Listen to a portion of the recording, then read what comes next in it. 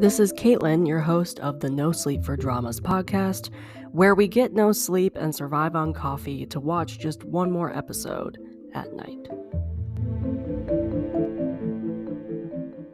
Hello, and welcome back to another episode of the NoSleep4Dramas Podcast. I'm your host, Caitlin, and this is the December 2024 wrap-up. I cannot believe I just said that. That means we've done an entire year's worth of wrap-up episodes in this podcast, and my first complete year of wrap-up episodes. Not quite first complete year of the podcast, of course.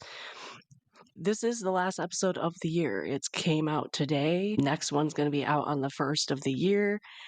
This is the last episode you are going to get in 2024, and it's kind of fitting why I'm doing a wrap-up episode today. Partly because it is the last Wednesday of the month, but also if I was going to do a wrap-up, it would be the 1st of the month, and I have other things planned for the 1st of the month. So that is why you're getting the December 2024 wrap-up episode today. So how did I do in December? That's the question. Overall, I think it was my redemption era. I actually completed a lot of things in December. I think I did pretty well. Did I complete everything? I absolutely wanted to? No, I did not. But it was way better than November, so I'll take it. I am bringing more dramas into 2025 than I would have liked, but not as many as I've done in previous years. I think the strategy that I talked about in November worked out for the most part. Not everything worked, and I can speak about that another time, but I think it worked out overall. I am recording this podcast and writing the blog post that's going to be a companion to this podcast a little before the end of the month. I'm recording this on the 20th. The blog post and the podcast episode will be out on the 24th, the last day of Wednesday, but I will have recorded this earlier than I normally would. Why am I saying this though? Because this is releasing on the 25th, I think, but I'm writing it / recording it on the 20th, 19th, something like that. I'm sure I'm going to finish some other things in December that's not going to be in this episode. So in order to give you the reviews that you might want, I'm going to do a little segment in January's wrap-up episode just saying any reviews that I may have missed and should have been in this episode. So if I finish anything after this episode is released, it will be in the January wrap-up. I'll do a little section before I go into the January wrap-up episode. But I just wanted to let everybody know that, so if you see something on my social media that I finished this drama and it's like December 30th, and you think, well, why didn't this end up in the wrap-up episode, you'll know why. But that's pretty much it. I think we have a lot to talk about today. This is going to be a longer episode, which I think we haven't gotten a while for wrap-up episodes, but I'm excited. If you are new here and you've never done a wrap-up episode, the format is I'm going to talk about all the dramas or movies that I completed in December or whatever month we're wrapping up. And then if I dropped anything, and in December I did not drop anything, so we're not going to have that section in this episode. And lastly, I'm going to talk about everything I'm excited for. If I miss something in terms of the dramas I'm going to be talking about that I'm excited for, that either means I'm not excited for it. There's definitely dramas that are coming out in January that I just don't plan on watching, but also they tend to announce some things, especially around December, January, February, when they're trying to plan out the new year and schedule the new year. Sometimes these dramas kind of just drop out of the blue, especially if it's Netflix. I've learned that Netflix releases when they're going to premiere something very late in the month. Let's say Netflix will announce the last week of December that they're planning on releasing all 8 of a K-drama in January. They'll do that until on the last week of December, not December 1st or something. If I don't mention something, those are the 2 reasons. I either am not excited for it or I have no idea about it until they give a premiere date. The other thing I will say, which I'll explain later, is if it does not have a premiere date, I most likely won't talk about it, but I'll explain a little more of that on why that is a little different when it comes to this wrap-up episode. That being said, let's get into this episode though. Dramas and movies I completed in December. I completed, as I said, a lot of things, and I should have completed these things months before this, but a goal of mine was to get rid of dramas off my current watch list, and I think I was pretty successful, except for one, maybe two. I think one reason it took me a while to complete some of these dramas is I was trying to finish one drama before I tackled all the other ones, and that one drama took me forever to finish. And because I was concentrating on that one drama, all the other ones kind of became back burner dramas until I finished that one. Because I knew you'll get my review in a sec, but I knew if I didn't finish that one, that would be a back burner and I had to finish it. I'll talk about it. But I think that's one of the main reasons. Two, I just life got in the way. As we've said, November, December is a busy part of my life. Life got in the way. That's another thing. Let's go into these dramas and movies I finished in December 2024. First one I'm going to talk about is Ashes of Love. I reviewed this on Liliana T and Soju's podcast. I think she released the episode last week, maybe the week before, so you can go and listen to that. Here's my mini review on it. You can watch this on Viki. I rated this a 5 out of 10. Now, if you know my ratings, that's really low. Anything under a 7 for me is pretty bad. Even like 7, 7.5 mean that like the drama's okay, but it's not horrible. Ashes of Love isn't horrible. I just don't think it was the drama for me. I had a lot of issues with this drama. Other people could watch this and love it. And I don't think I'm the chosen audience for this. Basically, we're going to get this mini review out of the way. You can go listen to a more in-depth review on Liliana's podcast. If you liked Ashes of Love, I would advise don't listen to this review. Maybe don't go listen to Liliana's podcast episode because I did not like this drama. I didn't like this C drama at all. I did not connect with the main couple. I could not get behind them, and I ended up not caring about them at all. The female lead really annoyed me throughout, and because I could not connect with the main couple, I was finding other things to try to get some enjoyment out of this drama. And I ended up liking the second demon couple a lot, and I even enjoyed the villains. At least they were fun to watch. Horrible people, horrible characters. They did a lot of bad things, but they were fun to watch, like guilty pleasure type thing. And I even found some sympathy with the villains a little bit once we learned their backstory. But my main problem with this was the main couple. I couldn't find anything to latch on to them. The pacing of the story was also very drawn out. I do love that it was a shansha. That's one of my favorite genres. Also, with the ending, I didn't 100% agree with how that all played out, especially with the second male lead. I'm trying not to give spoilers, so I'm not going to say what happened, but because I liked the second couple so much, his ending I did not agree with. But other people's endings I also didn't agree with. This was just not the drama for me. This was not one. Yeah, just I really it wasn't the worst thing I've watched. I've watched far more worse dramas, but it just was not for me. I don't think I was the chosen audience for it. Moving on. Godzilla minus one. I've done a review on this. You can go back on the podcast and listen to that review. I've watched this multiple times. I watched it in theaters. I did a rewatch over Thanksgiving for this movie because my parents hadn't seen it. And I have been trying to get them to watch this movie for a year now, at least, and I finally succeeded. One of my favorite movies of all time, definitely my favorite Godzilla movie. I still listen to and love the OST. I personally think it has a very touching and heartbreaking story. You care about the humans and their survival, which is a new one for me when it comes to Godzilla movies. Godzilla is terrifying, which is a lot of fun to watch because it is a monster movie. I am so happy we are getting another movie. If you have not watched this film, please do yourself a favor and watch it. You can read or listen to my full review of this on the blog or on the podcast, but it's on Netflix. You really do not have an excuse anymore. I gave this a 9.5 out of 10. I absolutely still love this movie. Next up, we're going to talk about the Korean drama. Oh, Godzilla Minus One can be watched on Netflix, and then Ashes of Love I watched on Viki. What Comes After Love is a Korean drama. It was on Viki. I gave this an 8 out of 10. I liked this drama more than I thought I would. I know I did not enjoy it as much as other people do, but I think this type of drama was not really, again, is not my cup of tea. Like, I'm not the chosen audience for this, but I wanted to try it because how unique the setup was with Japanese Korean couple and it being taken place in Tokyo as well as Korea.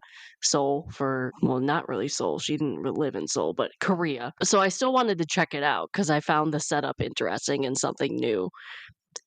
It's not a bad drama by any means. I just don't think I didn't rate it as high as other people, and I'm sure a ton of these people who have watched it, this will be one of their top dramas of the year. I guarantee it. I for sure can say this is not going to be my top drama of the year or in my top dramas of the year. But I can acknowledge that. I don't think I was the target audience of this. Beautiful cinematography. I love, even though it was a K drama, you can still tell it had aspects of a J drama in its cinematography. Loved the OSTs. I love the format where we got flashbacks as well as present day stuff. The main couple was cute. I honestly was not expecting the ending we got. I really was expecting a sad ending. I wouldn't say it was like the guarantee happy ending, but I was definitely expecting a sad ending, which we did not get. I am also surprised. I loved the amount of angst that was in this. I usually can't handle that level of angst, but for some reason it worked for me. I actually liked the parts that were in Korea that had more angst in it than the sweet parts in the flashbacks that took place in Japan. That was unexpected. I also wish there was a second couple. It is only 6 episodes long, so I understand why that didn't happen, but I kind of wish there was a second couple. I don't really know what they would have done with it, but it would have been nice to have a second couple figuring their relationship out at the same time, maybe. Next up is Road to Kingdom Ace of Eights. It's a K-pop competition show. I should have finished this a month ago at least. I rated this a 7 out of 10. I didn't like this season as much as the other seasons of Road to Kingdom or Kingdom. I don't think it really lived up to those seasons. Nothing to do with the groups, nothing to do with Taemin being the MC. I like the groups. I'm actually glad I watched this because I knew of the groups and I liked and knew more of some groups versus others. And by me watching this season, I grew to like and know the other groups I did not have as much knowledge of versus the others I did. So, for example, One Us, of course, is very well known. I'm a fan of them. Eight Turn, I liked them. I like their music. I actually followed them, but them being on this show allowed me to learn more about them and learn their songs and love them even more. I got to know all the groups better than I did before I started this. Why I did not like this as much as the other seasons. One, I didn't like the concept of the ace. The idea was there. I just don't think the execution was really good. And I don't really know if it added anything. I also think it had too many rules, like added too many rules, and also had very confusing scoring. Usually this show does though, so I don't know. I also kind of felt like we were missing something. There was not a lot of interactions between the teams, in my opinion. I wish there were more of that. I even wanted more interaction of like Taemin in the groups. They did shiny songs. Why not have him give advice or say something to the group? I don't really know. I feel like you don't have Taemin be the MC and then him not really do anything. I don't this show seemed weirdly structured.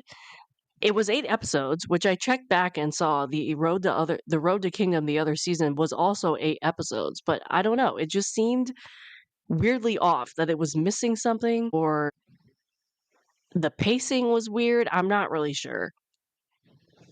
I think this season just really fell short for me though. The performances were great though. I love the performances. The groups did fantastic, but at the same time, some of the performances I felt were not as big and not as bombastic as the other seasons. Maybe it was the budget. Maybe I think this show just didn't have the budget as other seasons. Maybe that's it. I don't know. Something was off about this show, and I didn't like it as much as the other ones. I should have finished the show like 3 months ago, so at least I finished it in December. But that was Road to Kingdom Ace of Ace. We have 2 more we're going to talk about. I finished Zombieverse Season 1. That's going to be on Netflix. 8 out of 10. I am really actually surprised. I clicked on Zombieverse as I said in my watch list, because I needed something to watch that didn't make me think too much and something that like my friend could even watch if she really wanted to, because it was one of those things where you don't really have to pay attention to and you would still have fun watching it. I would say if you like things like Running Man or like some of those other variety shows where you get tests or quests or something, I'm trying to think of what the other one is. Like a mystery one. There's like Agents of Mystery that came out, but I'm trying to think of some of the other ones that came out. Like the Village one with Yuna, I think that's on. Is that Hulu? It's called The Village or something. There's like 3 seasons. Kind of like that. If you liked Running Man and kind of like those shows, I think you would like this. If you have no idea what Running Man is or any of those types of variety show is, this would throw you off a little. You might still enjoy it, but it will throw you off because I saw a lot of comments underneath this show on MDL where it's like it was cringy, it was cheesy, people were kind of expecting it not to be scripted at all, and in this case, and in shows like The Village or Agents of Mystery, it is scripted, at least partially scripted. I think that threw people off a lot. If you're a fan of zombies or like zombie K-dramas, I think you would have a lot of fun with this. The concept of the show is just a group of celebrities, K-pop people, comedians, actors, actresses, MCs have to escape the zombie apocalypse. That's pretty much the idea. And partly it's scripted, so they're thrown into these tests and levels where they have to escape a gas station or they have to get food at a grocery store while avoiding zombies, that type of thing. Certain scenarios and levels are written out, but maybe their dialogue isn't fully written out. So you'll have people like the comedians do these hilarious one-liners because they're reacting to something. And so that part is not written, and that's actually hilarious because you're not expecting it. But it's definitely partially scripted, which leads to it sort of being cheesy and cringy in parts. You kind of just go with it because it's hilarious to watch anyway. Because sometimes these people get out of character, like they're laughing so hard at these comedians that they get out of character and they have to hide it. That's partly the fun part of it. But they do have to figure out these puzzles and how to get away from these certain situations. So that's still interesting to watch to me. It was a lot funnier though than I assumed it was going to be, and mostly because of these comedians. If you're looking for something that you don't have to think, that you're just want to turn off your brain, be entertained, I would check this out just to see if you would like it because there's a season 2 that I'm probably going to check out in 2025. But it's just fun. It's just fun. You kind of go in it with no expectations. Again, because it was a lot of comedy, I only gave it an 8 out of 10. It is cheesy. It's not the best thing I've ever watched in my life, but it's not the worst. It's definitely entertaining. Korea again proves the fact that they can do zombies. By far one of the best countries I've seen do zombies, and they prove it again in this show. It's just I don't know, it was fun. It was fun to watch. That's really all I can say. Last thing I'm going to talk about is Solo Leveling Season 1. I binged the hell out of this. I think I binged it in 2 days. I can see why people are raving about this anime. I did not know it would have Korean audio until I clicked play. I don't know why, because it is based off a manhwa, but I just assumed it would be Japanese. I don't know why. But anyway, if you're like me and expecting Japanese audio, it's not. It's Korean audio because it's based off a manhwa. I don't know. I cannot believe it took me this long to check this anime out. I absolutely loved it. It built a world that was both terrifying but also intriguing at the same time because you wanted to know more.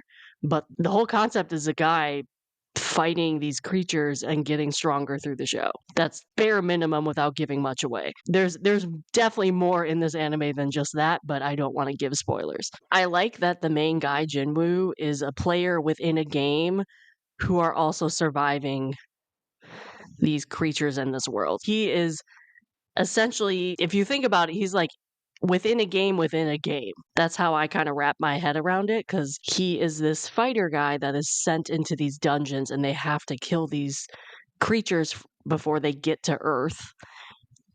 That you could see is like a game. And then he himself gets in a situation where he dies and comes back to life. And after he comes back to life, he starts seeing actual game screens where he has to decide to do a quest or not, or decide to get a loot box, whatever.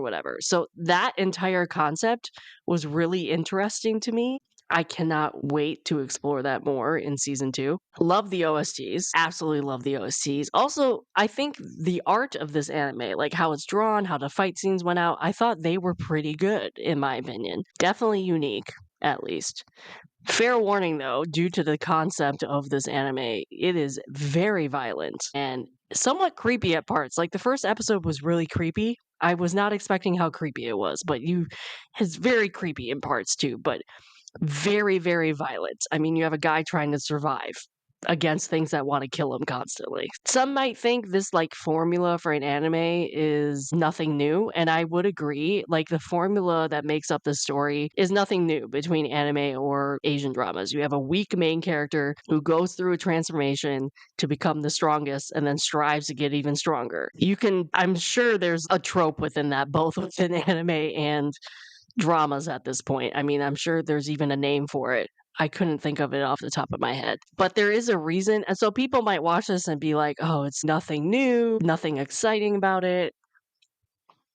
At the same time, though, I'm thinking there's a reason why this formula keeps coming up. I'm not surprised that this is a popular anime because it's a formula we've seen before.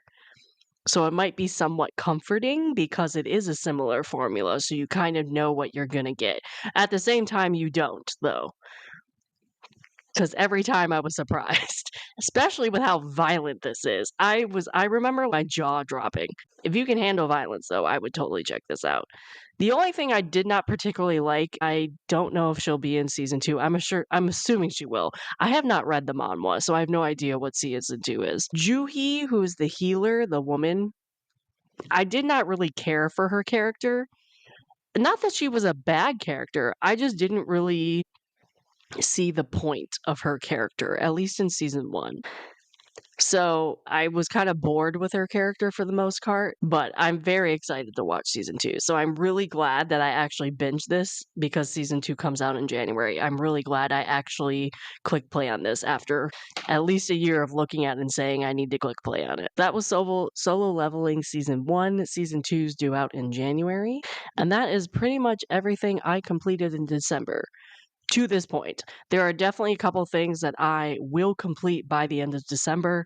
I just don't want to give a review on them because I haven't finished them. You're definitely going to get a couple of reviews from December in the January wrap up. At least 2, maybe 3. We'll have to see. And then obviously, whatever I don't finish in December, hopefully I'll finish in January because I need to continue getting stuff off my current watch list. All right, so moving on into January 2025 dramas. I have a lot to talk about, more than I normally do, and I'll tell you why. Because I was wondering when season 2 of Solo Leveling was coming out, I kind of accidentally did a deep dive on what animes coming out in January 2025 because I also knew Apothecary Diaries and My Happy Marriage came out in January at some point. So I was already looking for dates for those. And due to this deep dive, a lot of other anime got my attention. Well, I'm going to be talking about a lot of this episode. I'm still talking about dramas too. There's definitely some dramas I'm looking forward to, but not as many as I thought there would be. There's some dramas I'm excited for, but they have not had a teaser, a trailer, a poster. They have a premiere date, but I mean, I guess that could change because they don't even have a poster or trailer confirming it. Right now, I really only have definitely 3 dramas I'm watching because they have confirmed premiere dates. There's a couple I am going to talk about that have confirmed premiere dates, but they don't have a teaser or a trailer or a poster. If they premiere the date, fantastic. If they don't, I don't know. I'm kind of 50-50 on if they're going to be moved or not because we haven't even gotten a trailer or anything yet, and we're about, I don't know, 5 days out. Well, as I'm recording this, it's more like 2 weeks out from the new year. But when this releases, it'll be 5 days. Maybe we'll get something in the next 5 days. I don't know. But I definitely will not be talking about every single drama that's coming out in January. Only the things I'm interested in, just saying. So I'm looking forward to a ton of anime because I accidentally, intentionally, because I wanted to find out when the ones I was actually heard of actually start, I found other anime I'm interested in. It's a good group of anime. Definitely still a good group of Korean dramas too, though, so I'll be talking about those. As I said, 3 of those 4 K-dramas that I'm going to be talking about might get moved. Haven't even confirmed a premiere date. We'll see what happens. I'm going to talk about them anyway. Usually, though, I normally do not talk about dramas unless they have a confirmed premiere date and we at least have like a teaser poster or something from them. But January and December are usually my exceptions for that because I think people are still trying to figure out their schedules. We'll have to see how this goes. Like maybe due to the holidays. I don't know. I would not be surprised if some of the ones I name, though, here will get pushed due to the fact they have had no promo yet. And I'm sure other ones are going to get announced because, again, I am still recording this at least 10 days out before the new year starts. So maybe some other one's going to be announced, and that's why these will be pushed down. I'm not sure. We'll have to see how this goes. Given the fact that I'm not watching some of the Korean dramas in January that I want to, I'm going to talk about anime. I'm not going to start all of these anime, though. I think I've decided I have a couple I'm going to start and watch them as they air.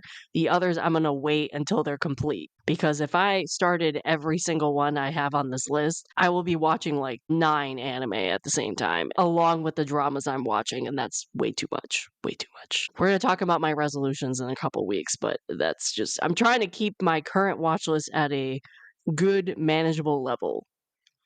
We'll see what happens. I do want to watch more anime in 2025 though. This is the goal. This is helping me already because I think I've watched 5 anime this year, 4 anime this year. So if I beat that number in 2025, I'll be happy.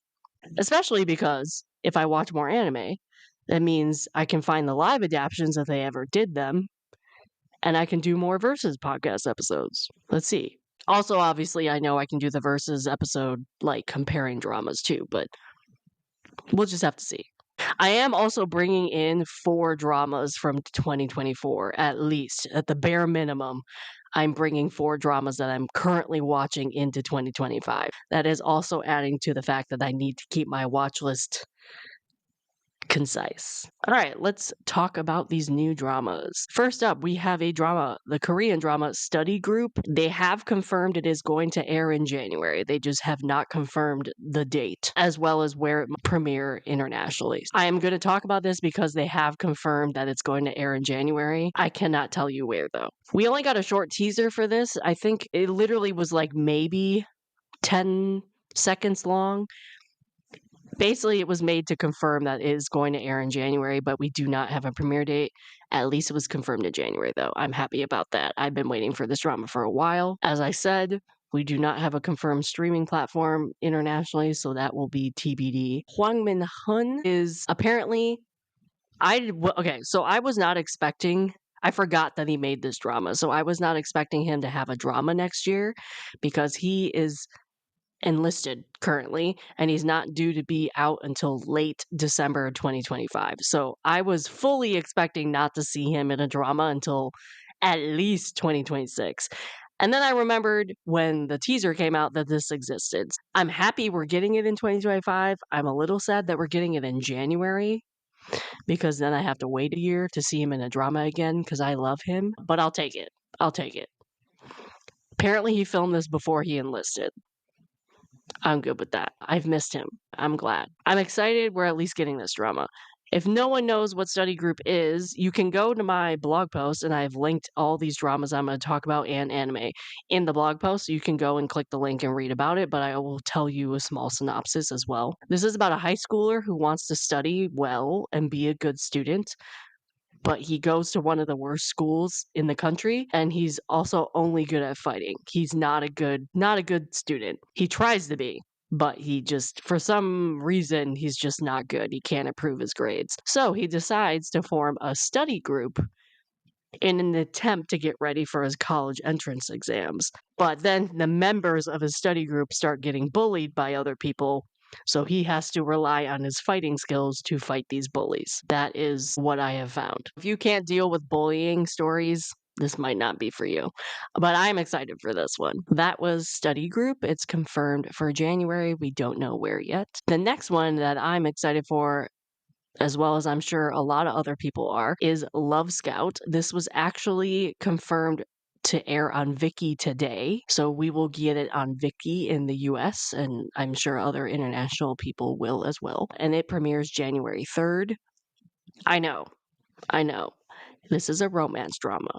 I normally tend to avoid these unless certain things fit into place. And this it could potentially be a fit into place drama because I normally don't like romance dramas. There's two reasons I'm interested in this. One is my favorite trope ever is a boss and secretary trope or a boss and employee trope. This is a boss and secretary trope. I love the fact that the woman is the boss and the male is the secretary. I love when dramas turn tropes on their heads. I'm curious about that. Second reason is Lee Jun-hook is the secretary, is the male lead in this. And I'm still salty that Dong-jae is still not on Paramount. And I've been wanting to watch it since, like, I think it was announced in October, maybe earlier than that. I don't know. I'm still salty on that, so I want to watch this. I will say though, the first trailer showed a little comedy, but the second trailer really didn't. Or is that the other way around? Maybe the first trailer didn't show comedy and the second trailer didn't. I don't remember. One of the trailers showed comedy. I'm hoping there won't be too much comedy, because if there is, I'll drop it. But it's giving sort of more of a melodrama vibe. We'll have to see. I also have liked some of the other dramas that the screenwriter has written, so that gives me hope that I'll like this. We'll just have to wait and see what happens. But we have a confirmed premiere date, and it will be on Vicky's. I'm happy about that. That was Love Scout. The next two Korean dramas I'm going to talk about are the ones that are quote unquote rumored to premiere on these dates. Nothing has confirmed it yet. No trailer, no teaser, nothing, no poster, whatever. I'm going to discuss them. We'll see what happens. First one I'm going to talk about is called The Good Man. It's rumored to premiere on January 15th. There is no confirmed streaming site or anything like that. I would not be surprised if this was pushed into later 2025 because again, it hasn't released any trailers or posters or anything and obviously has not confirmed anything. I would not be surprised. I'm excited for this one for two reasons though. I love the cast. We have a lot of good actors and actresses in this one between Lee Dong-wook, Lee Sung-kyun, Roo Hae-young. But also the synopsis intrigues me. Lee Dong-wook is the eldest son of a family of gangsters, and he has to navigate life being a gangster and then as well as protecting his family and other people in his life. This sounds like a role that Lee Dong-wook would kill at. I'm excited to see him play a gangster. I'm so excited. Again, though, it does not have a confirmed premiere date, but you have Lee Dong-wook and gangster together in this drama. Sign me up. That was The Good Man. The other one is a drama called Unmasked. It's supposed to be, or it is a Disney Plus show. Unconfirmed it's going to be airing on Hulu. Don't know. Also, does not have a confirmed premiere date. It's rumored for January 15th as well. But again, they haven't really released any promo material. Cast definitely caught my eye. You have Kim Hae-soo, Jung Sung-il, and Ju Jung-hyuk. All people I like. I would not be mad if they were teaming up. MDL says this drama is going to be a crime drama, which I like. It also says it's going to be a comedic crime drama. Sometimes those work for me and sometimes those don't. So I have to see a trailer to see what type of comedy we're talking about because Kim Hae-soo, I watched Hyena and I actually really liked it, but I had to get used to the type of comedy in that. So if it's that type of I can't talk. Comedy, I'll have to get used to it. Another type of comedy, I might like it more. It just depends. I have to see a trailer or maybe try out the first episode if I like this particular comedy in it. As I said, MDL says this is a Disney Plus drama. It does not say if it's a include Hulu drama.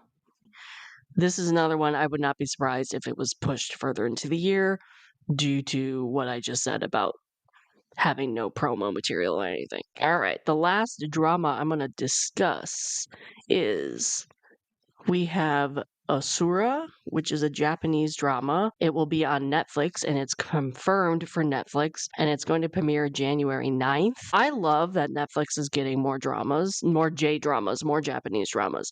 This one caught my eye because of the synopsis. I like some of the cast, which is a plus. I don't know most of the cast though.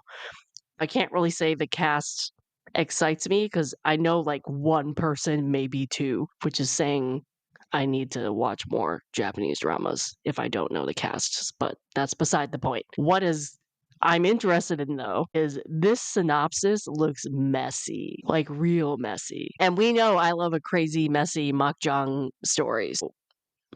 I'm here for this. MDL synopsis says that this drama is about four sisters who get together for the first time after a while. One sister suspects that their father has a secret lover and a child, and the other sisters don't believe her, but they also all promise not to tell their mother until they can confirm this or deny it. And of course, if you have secrets, you know it's going to come out. So I'm sure eventually this comes out along with maybe some other secrets come out.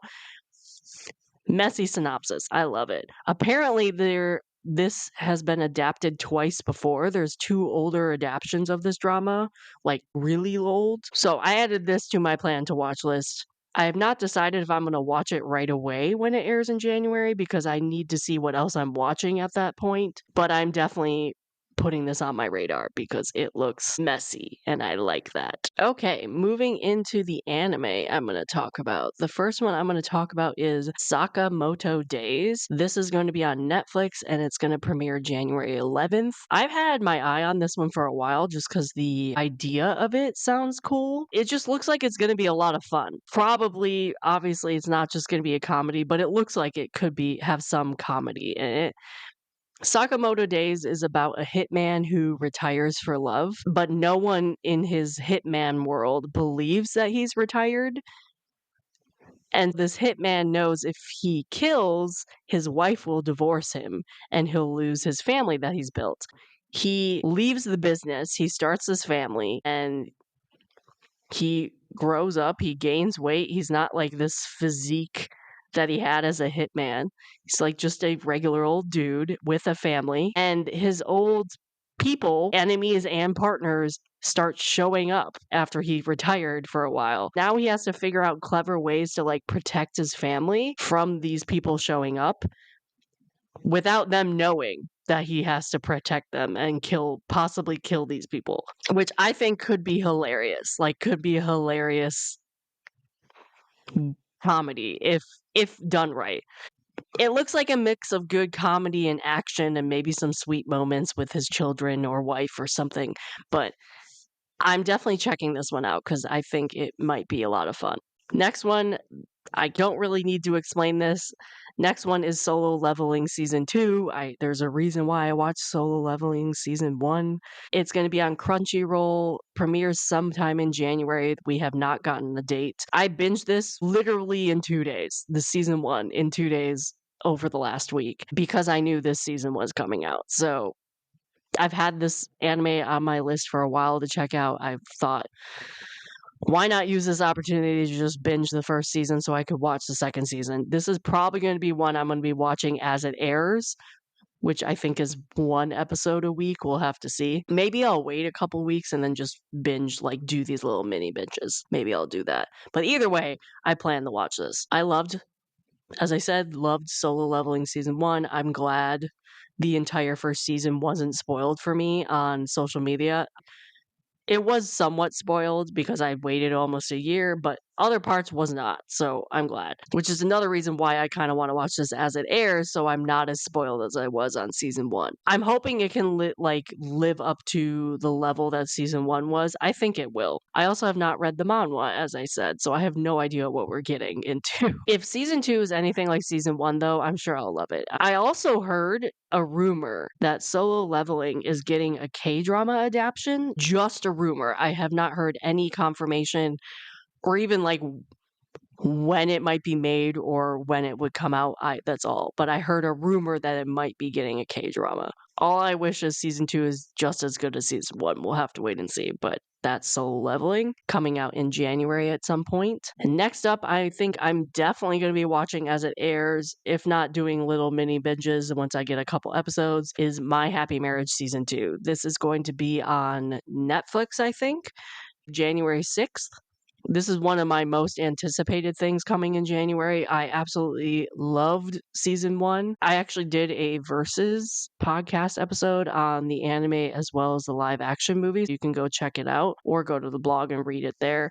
I have not read the manga. Again, I have no idea what's coming in season 2. I'm the type of person that I don't read stuff before I watch this stuff, unless it's one of those situations where I read it a long time ago and then they adapt it 5-10 years later, that type of thing. So I have not read most things that are being adapted for the most part, especially dramas and anime. English stuff, maybe, but overall, mostly haven't read. And I like it that way. I like it that way because maybe that will cause me to go read it later. But I also go into things without having a preconceived notion on what they should look like or what happens or whatever. I hope we get more of the relationship in season 2. I mean, they have not got married yet. They're only engaged. We know nothing about his family, so I'm thinking we're going to meet some of them maybe. And season 1 was so focused on her, which we still have some stuff to figure out with her powers, but in season 2, we can explore him. We can explore, there's so many things we can explore in season 2. So it could go in a lot of directions. I'm hoping with season 2, we're also going to get another live adaptation movie. That would be fantastic because I quite enjoyed that live adaptation movie, if I do say so myself. But so much, I could think of so many things that would happen in season 2. I'm just excited it's finally here. I think it was announced in the summer that we're getting a season 2, maybe even earlier than that. I'm just excited we're getting it. Definitely one of the things I'm most looking forward to in January. The other thing I am most looking forward to in January is the Apothecary Diaries Season 2. That will be on Crunchyroll on January 10th. This is another anime. I binged season 1 a couple months ago.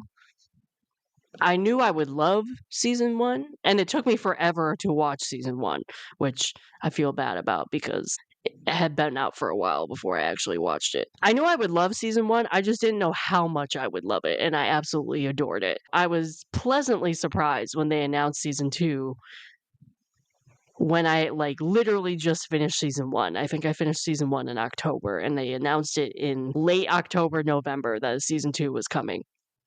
Again, I have not read any of the manga or anything, so I really have no idea what's going to happen.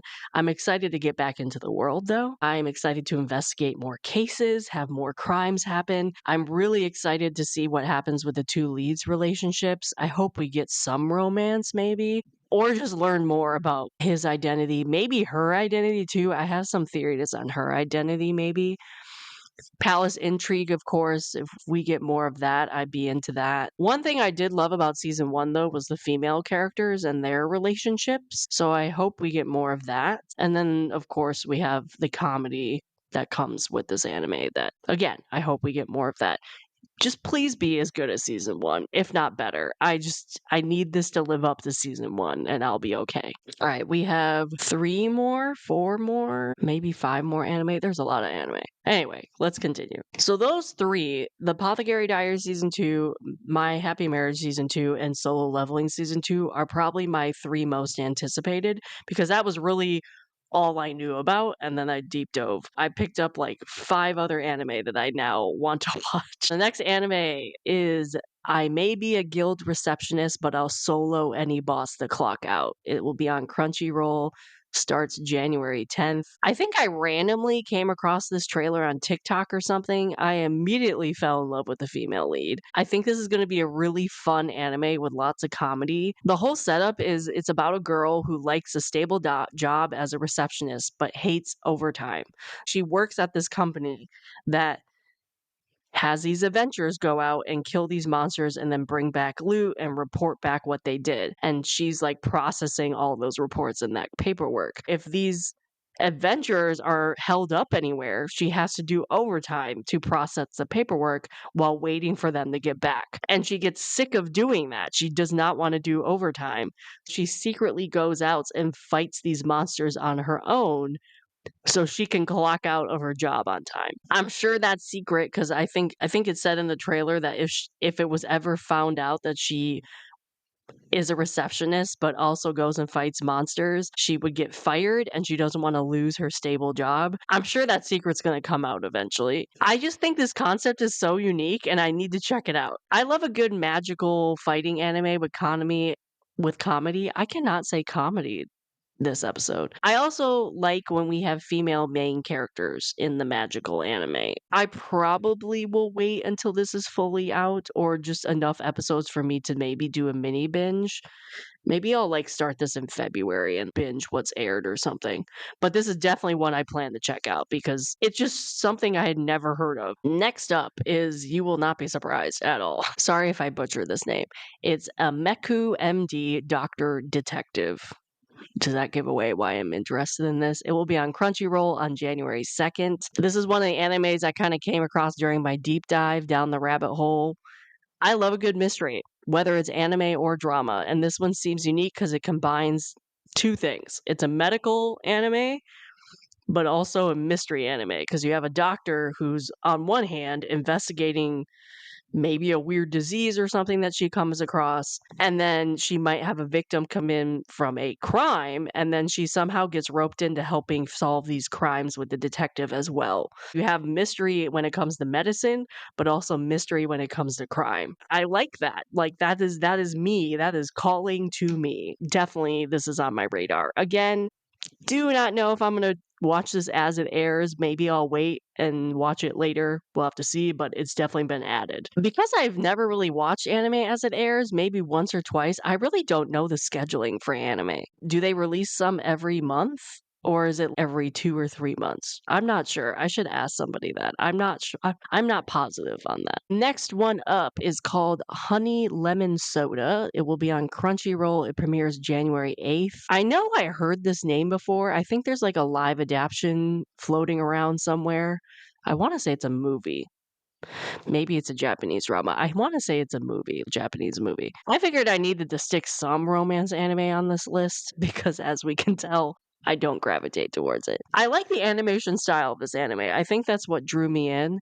I'm also kind of a sucker sometimes for these types of romance animes. It's a high school anime. It just looks super cute, kind of wholesome, change of pace for January. Maybe I'll start it in January, maybe not. It looks like it has some like classic high school anime tropes that I grew up watching. You basically have a shy girl and a popular dude, and they start talking and start hanging out. He starts protecting her. It's kind of like that type of tropey thing. What really drew me though was the animation style. I love the animation style. So that's what really got me interested in Honey Lemon Soda.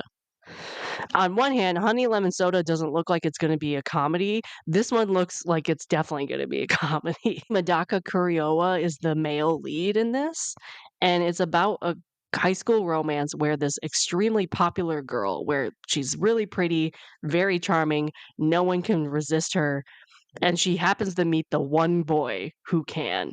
And she is just flabbergasted that he is not reacting to her like anybody else does. And she needs to figure out why. Apparently, in reality, he's like training to be a monk.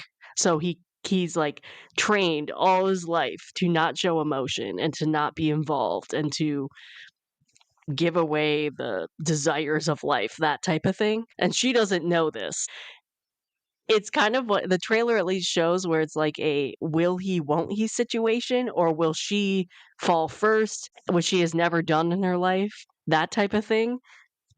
It looks hilarious. And I need to check this out to see if it's as funny as the trailer looks.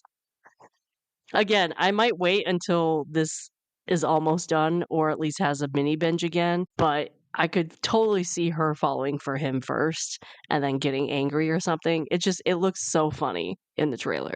We'll have to see. Last but not least, this one kind of drew me in because of the main character. It's called Zenshu. It's going to be on Crunchyroll and starting January 5th. It has a quirky girl in it. I love an anime with a quirky girl. I love a drama with a quirky main character in general. Does not have to be a girl.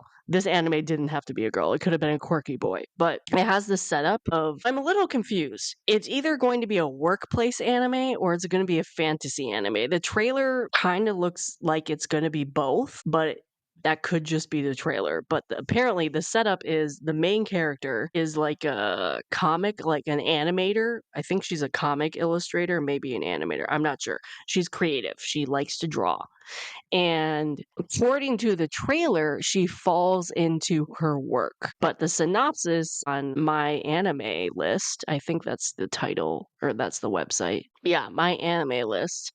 And like the comments underneath this claim that it has nothing to do with her falling into her work. So I'm really confused on which one this is. That it's because the people on my anime list said it's just a workplace anime, which I also like. I like that in Japanese dramas too. So I'm still gonna check this out, but it's really confusing what is what. The trailer looks amazing for this though. So either it's about a girl who falls into her work because she's an animator as a career, or that's like kind of just her working and then she has a separate life as an animator in this workplace.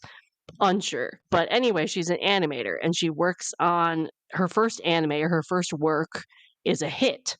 So now everyone's expecting her next work to do just as good, but it's supposed to be a rom-com and she has never been in love, never had a boyfriend, doesn't have an inkling of what love is at all. So she's stuck. So now the trailer shows either she falls into this work and figures out what that is, or she has some type of romance in her life. I'm not sure. We'll have to wait and see what happens. But the trailer looked really interesting. The OST also sounds amazing. Beautifully animated, by the way. We'll have to see. We'll have to see. Again, I haven't really decided if I'm going to watch this right away or I'm going to wait a little bit, but it's at least on my plan to watch list. But that's everything I am looking forward to in January. I'm sure I'm going to find other things I'm going to watch because I always do.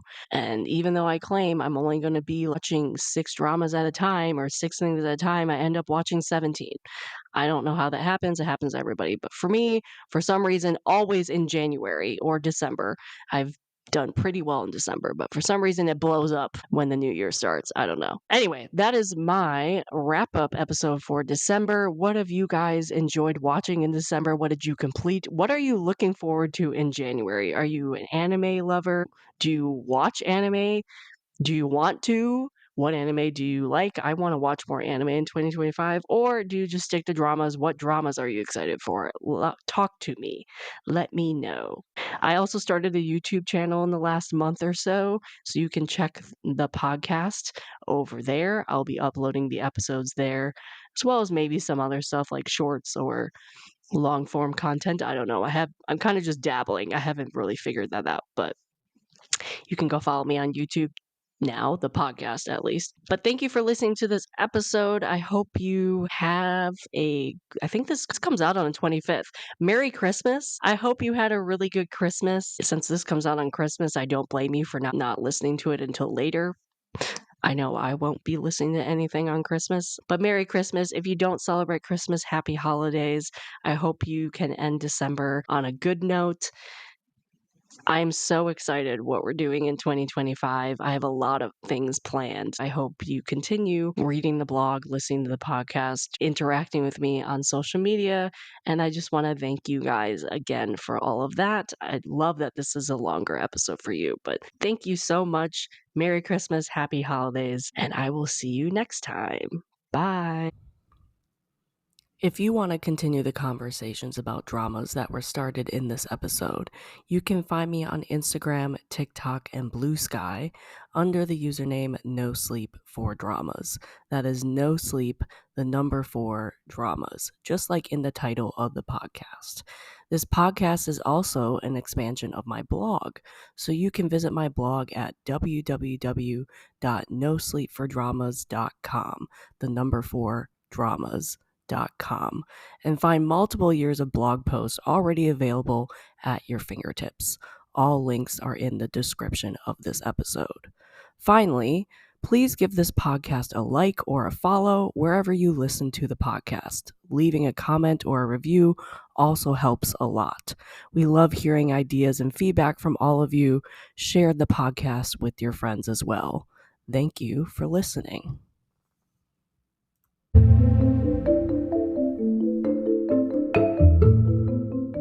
This has been an episode of the No Sleep for Dramas podcast, and I am your host, Caitlin.